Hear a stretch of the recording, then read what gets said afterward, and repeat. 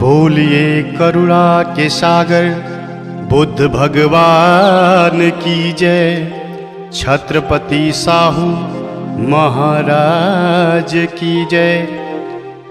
बोलिए जगत गुरु संत शिरोमणि रविदास की जय। ज्ञान की देवी सावित्री बाई फूले की जय। ज्योतिबा फूले नारायणा गुरु पेरियार की जय। मौर्य वंश के दशो महाराज की जय। बोलिए हिरण्यकश्यप बलि विरोचन महाराज की जय। मान्यवर कांसीराम व सभी मूल निवासियों की जय। इन सभी को दिल में रखकर संविधान का निर्माण करने वाले विश्वरत्न बोधिसत्व बाबा साहब डॉक्टर भीमराव अंबेडकर की जय। नमो तस्य भगवतो अरहतो सम्मा संबुद्धस्य। मैं शिव कुमार सागर सभी धम्म प्रेमियों को नमो बुद्धाय जय भीम। ये जो वाकया मैं गाने जा रहा हूँ यह काल्पनिक नहीं, पूर्ण रूप से सत्य व प्रमाणित है। इसे तमाम पुस्तकों का अध्ययन कर आदरणीय ईश्वर सिंह जी ने शब्द दिया है। यह उस समय की घटना है जब हमारे देश में समता, स्वतंत्रता, बंधुत्व की भावना रहा करती थी। कोई जाति पाति, भेदभाव, ऊंच नीच, बड़ा छोटा नहीं था। सब समान थे और आपस में मिलजुल कर रहा करते थे। सोचो सोचो, कल्पना करो कैसा रहा होगा वो दृश्य। यहाँ के मूल निवासी राजा महाराजा हुआ करते थे। महाराज हिरण्यकश्यप, महाराज बलि, महाराज विरोचन, चंद्रगुप्त मौर्य एवं सम्राट अशोक सहित मौर्य वंश के 10 महाराज। परंतु हमारे देश पर मध्य एशिया से आए हुए आर्यों का आक्रमण होता है।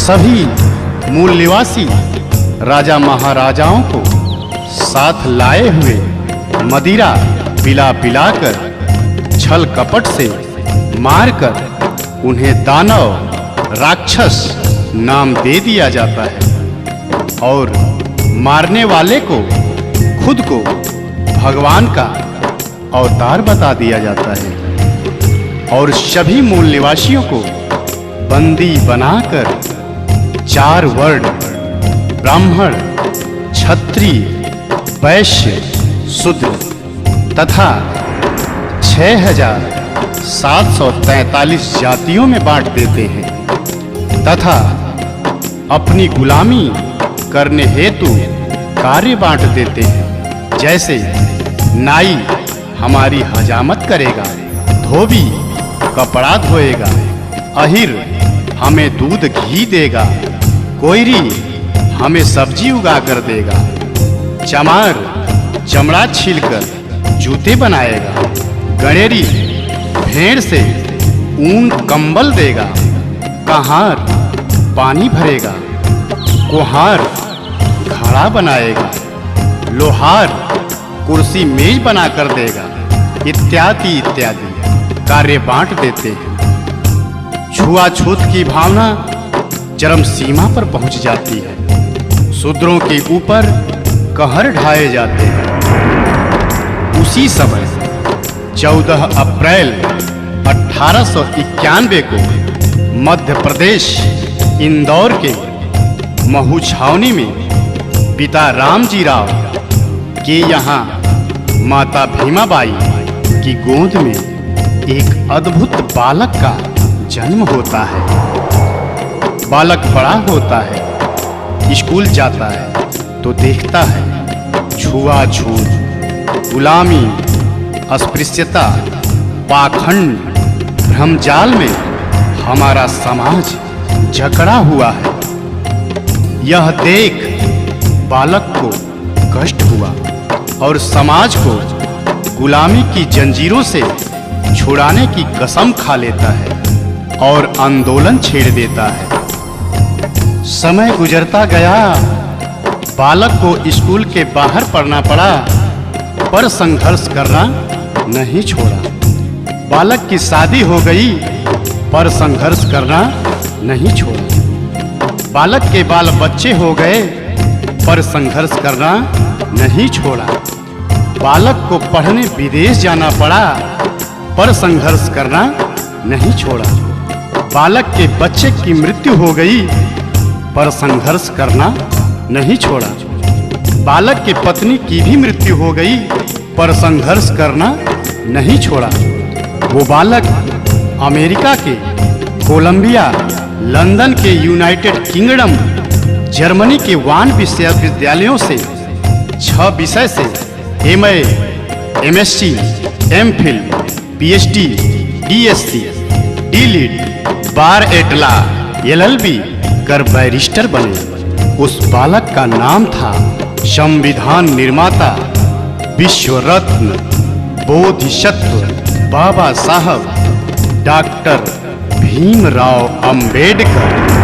जगत में कैसे हुआ महान, जगत में कैसे हुआ महान। महू नगर इंदौर में जन्मा, महू नगर इंदौर में जन्मा एक दलित इंसान। जगत में कैसे हुआ महान, जगत में कैसे हुआ महान। जगत में कैसे हुआ महान, जगत में कैसे हुआ महान।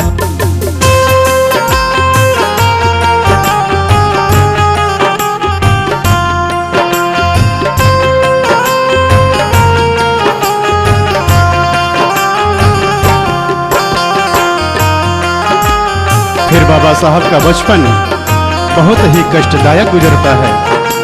कैसे?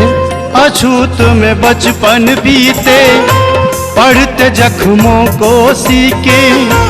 कहीं पानी नहीं मिलता, गला पानी बिन सूखे। कहीं पानी नहीं मिलता, गला पानी बिन सूखे।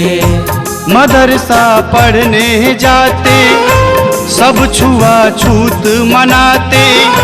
बैठ के बाहर सोचो, कैसे वो ध्यान लगाते। बैठ के बाहर सोचो, कैसे वो ध्यान लगाते। सबको समान बनाने का था, सबको समान बनाने का था। दिल में भरा तूफान, जगत में कैसे हुआ महान, जगत में कैसे हुआ महान। जगत में कैसे हुआ महान, जगत में कैसे हुआ महान।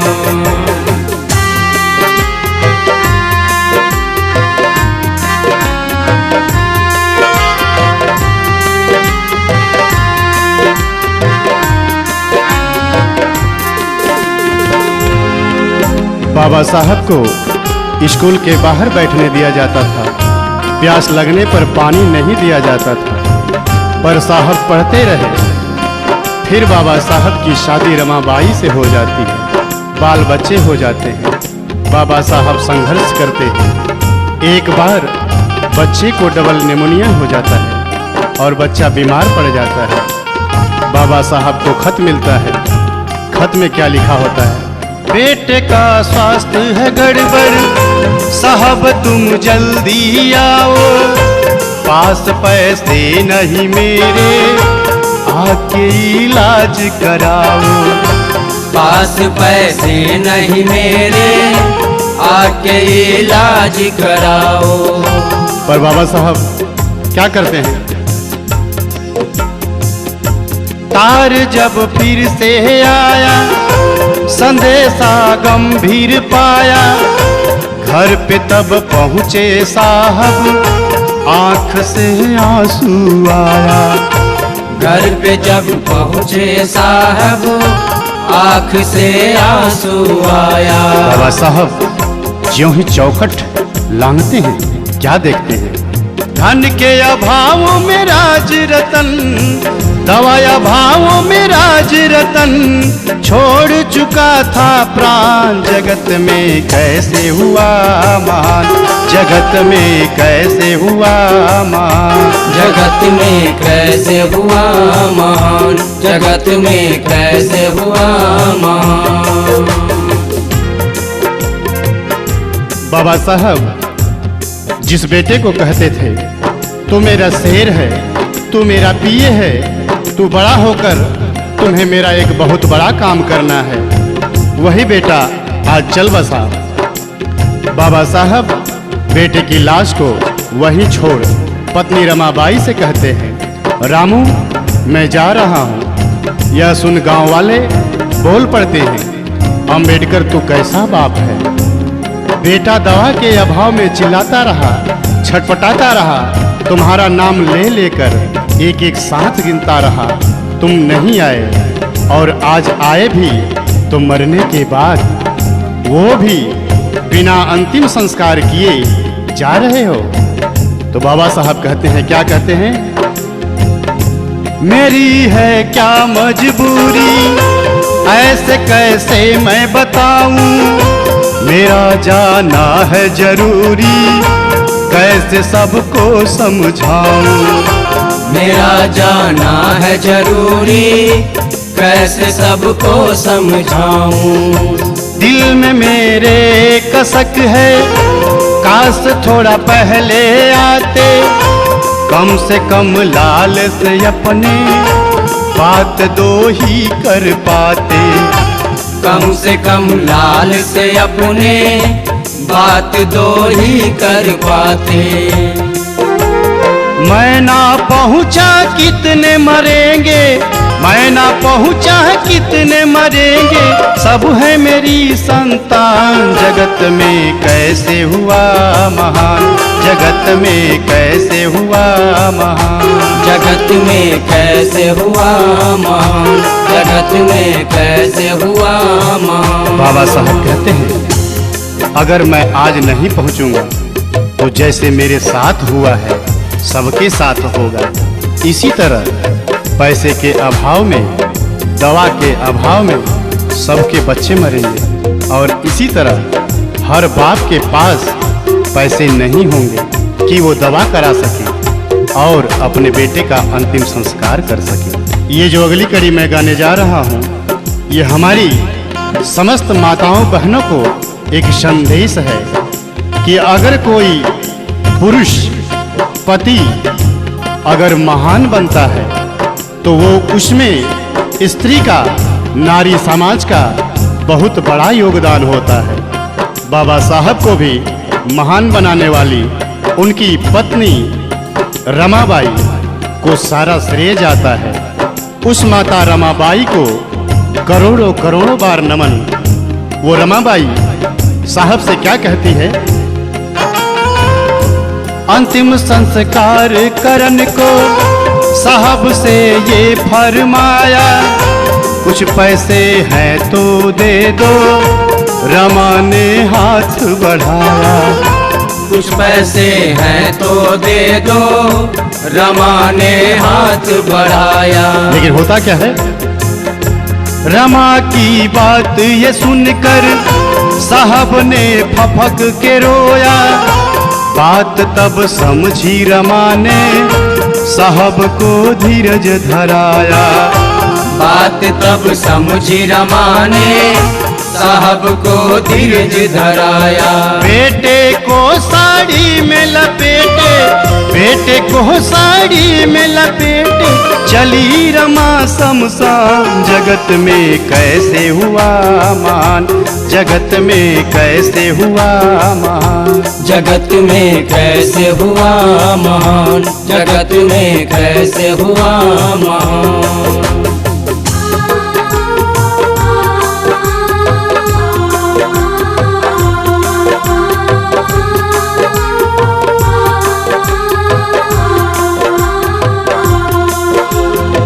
बाबा साहब बड़े होते हैं। उस मनु का विधान मनुस्मृति लागू होती है, जिसमें शूद्रों को, अछूतों को रात को, दिन को 12 बजे ही घर से निकलना होता है, ताकि उनकी परछाई किसी पर न पड़ जाए, वो अशुद्ध न हो जाए। थूकने के लिए गले में मटकी लटका दिया जाता था, कमर में झाड़ू बांधकर चलना पड़ता था। यहाँ तक कि नारियों को भी बंदी गुलाम बना लिया गया था। पति की मृत्यु के बाद पत्नी को चिता पर जिंदा जलना होता था, जिसे सती प्रथा नाम दिया गया था। शूद्रों को धन रखने का अधिकार नहीं था, अपने बच्चे का नाम रखने तक का भी अधिकार नहीं था। लेकिन बाबा साहब ने 19-20 मार्च को 1927 को महाड़ सत्याग्रह आंदोलन करते हैं, जो पानी के लिए होता है। उसके बाद 25 दिसंबर 1927 को बाबा साहब अपने साथियों के साथ उस मनुस्मृति को जलाते हैं। मनुस्मृति को जलाया, विधवा का ब्याह कराया, पति संग चिता पे जलना, सती ये प्रथा मिटाया। पति संग चिता पे जलना, सती ये प्रथा मिटाया। कमर से झाड़ू हटाया, गले से मटकी हटाया, सभी को शिक्षा का हक मेरे साहब ने दिलाया। सभी को शिक्षा का हक मेरे साहब ने दिलाया। बंद कर दिया साहब ने, बंद कर दिया साहब ने उस मनु का विधान। जगत में कैसे हुआ महान, जगत में कैसे हुआ महान, जगत में कैसे हुआ महान, जगत में कैसे हुआ महान।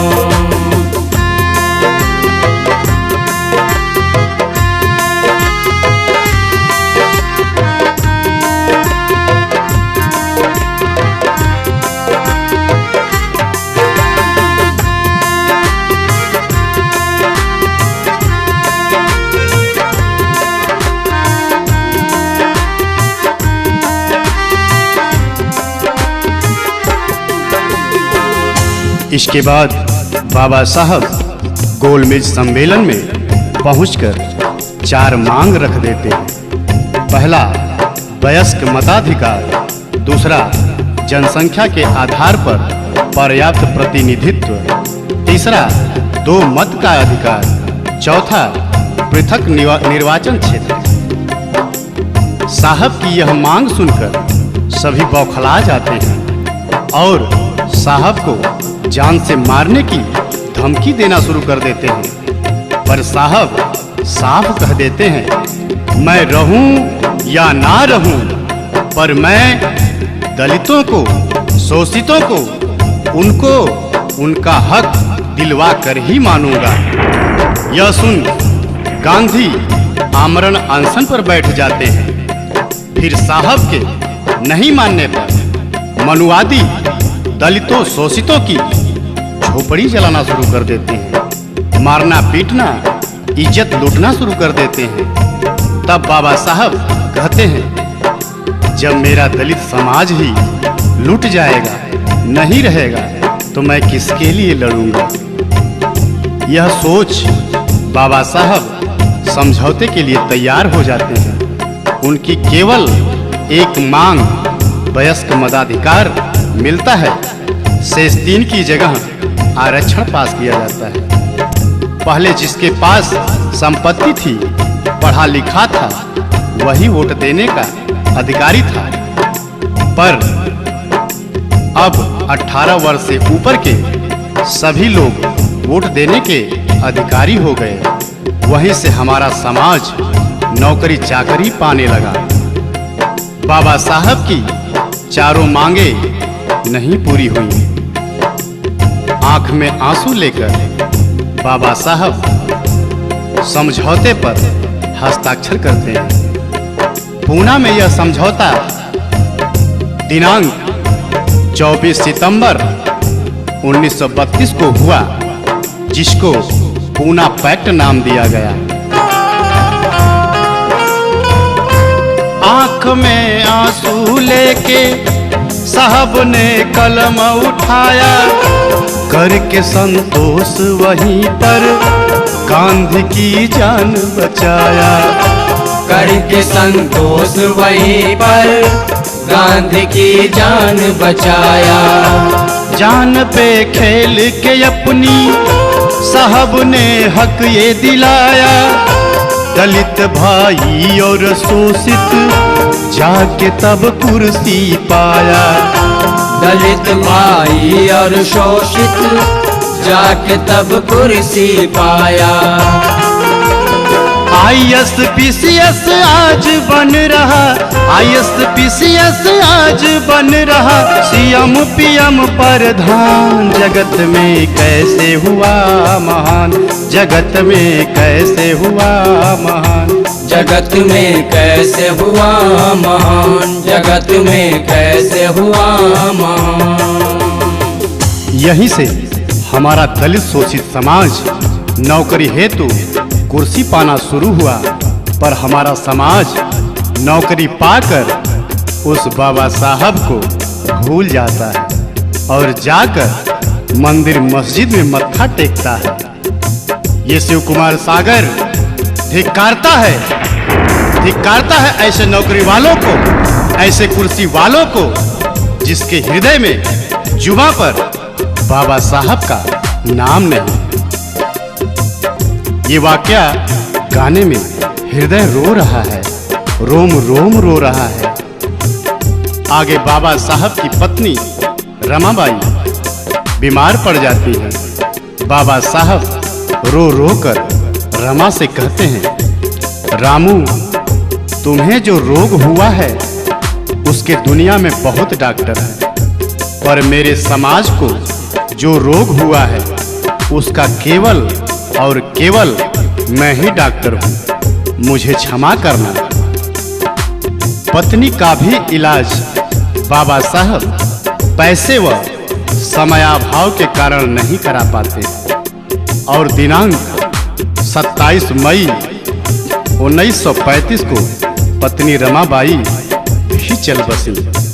इसके बाद 13 अक्टूबर 1935 को बाबा साहब सिंह गर्जना करते कहते हैं, मैं एक हिंदू अछूत पैदा हुआ, ये मेरे बस में नहीं था, पर मैं एक हिंदू के रूप में नहीं मरूंगा, ये मेरे बस में है। और बाबा साहब दिनांक 14 अक्टूबर 1956 को नागपुर में अपने 5 लाख अनुयायियों के साथ बौद्ध धर्म ग्रहण करते हैं। इसके बाद दिनांक 6 दिसंबर 1956 को साहब इस दुनिया से हमसे सबसे विदा ले लेते हैं। वो 3 बात समझा के गए, वो 3 बातें क्या है? साहब का कथन है सच्चा, शिक्षित और संगठित हो जा, जान लो अपने हक को, मिल के संघर्ष किए जा। जान लो अपने हक को, मिल के संघर्ष किए जा।